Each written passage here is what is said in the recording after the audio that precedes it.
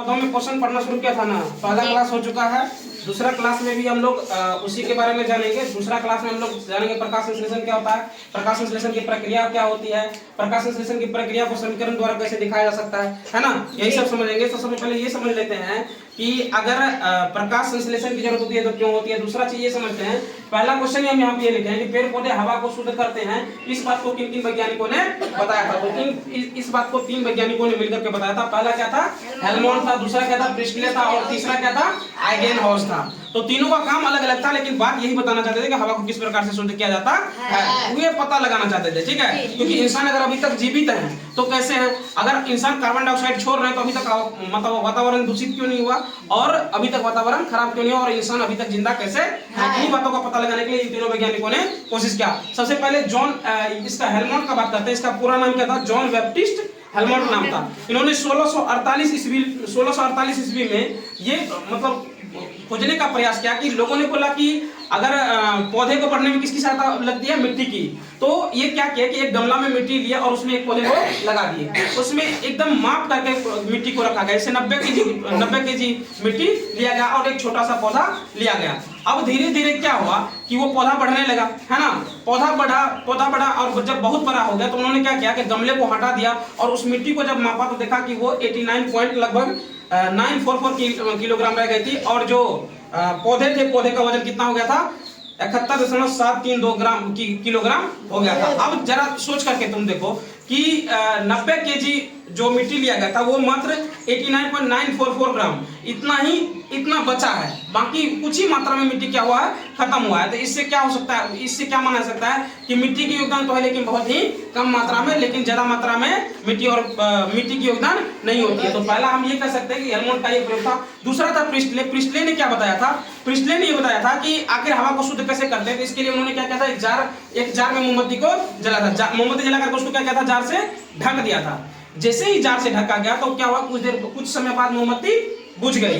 समझ गए बात को, कुछ समय बाद क्या हुआ, मोमबत्ती बुझ गई। तो उन्होंने क्या किया कि पुदीने की पत्ती को रख करके फिर मोमबत्ती को जलाया। तो कुछ समय बाद फिर भी मोमबत्ती बुझ गई, लेकिन उसको कुछ समय के लिए छोड़ दिया गया। तो कुछ समय बाद फिर से जब जलाया गया तो देखा कि मोमबत्ती जल गया। इससे उन्होंने ये साबित कर दिया था कि जो हरे पेड़ पौधे हैं ना, वो क्या करते हैं, हमारी वायु को शुद्ध करते हैं, हमारे वातावरण को शुद्ध करते हैं। इन्होंने मतलब प्रिस्टले ने इस बारे में बहुत ज्यादा ही कुछ डिटेल्स में बता दिया था। ठीक है, उसके बाद ये आए आइगेनहॉर्स आए, जो इन्हीं के प्रयोगों को आगे बढ़ाए। ठीक है, इन्हीं के प्रयोगों को क्या किए, वो आगे बढ़ा दिए। ठीक है, अब आगे ये समझते हैं।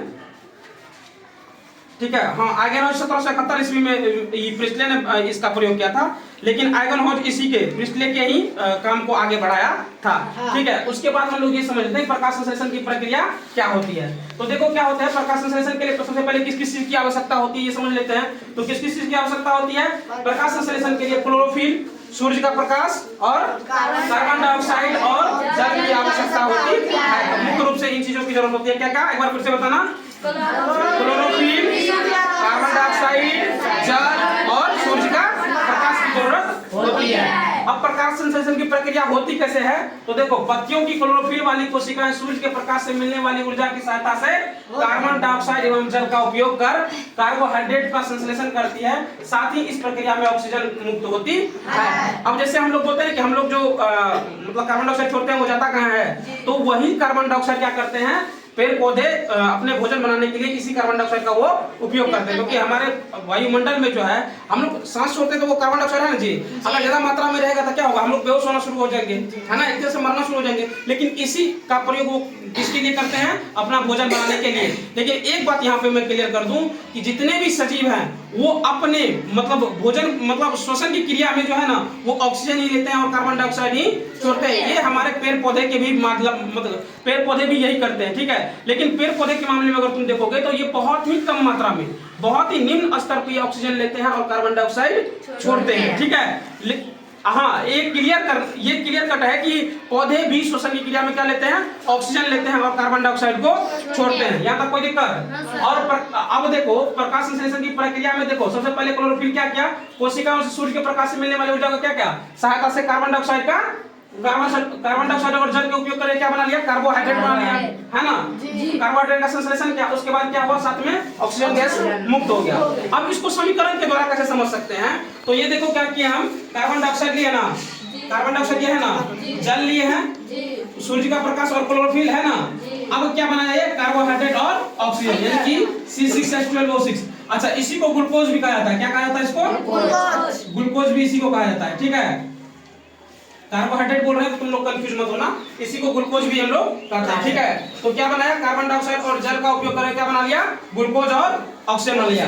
ग्लूकोज का उपयोग, ये कार्बोहाइड्रेट का उपयोग क्या करते हैं, अपने विकास की वृद्धि और विकास के लिए करते हैं, और ऑक्सीजन गैस वातावरण में पत्तियों के माध्यम से वातावरण में छोड़ देते हैं, जो हम लोग उसका श्वसन की क्रिया में इस्तेमाल करते हैं। यहाँ तक क्लियर है? ठीक है, प्रकाश संश्लेषण के उत्पाद क्या क्या है, तो कार्बोहाइड्रेट और ऑक्सीजन, यानी कि ग्लूकोज और ऑक्सीजन है। ग्लूकोज का उपयोग वो अपने वृद्धि और विकास के लिए करते हैं, और ऑक्सीजन वायुमंडल में छोड़ देते हैं। यहाँ तक किसी को कोई दिक्कत है? किसी को भी कोई दिक्कत? चलो, आज के लिए इतना ही, रहने देते हैं।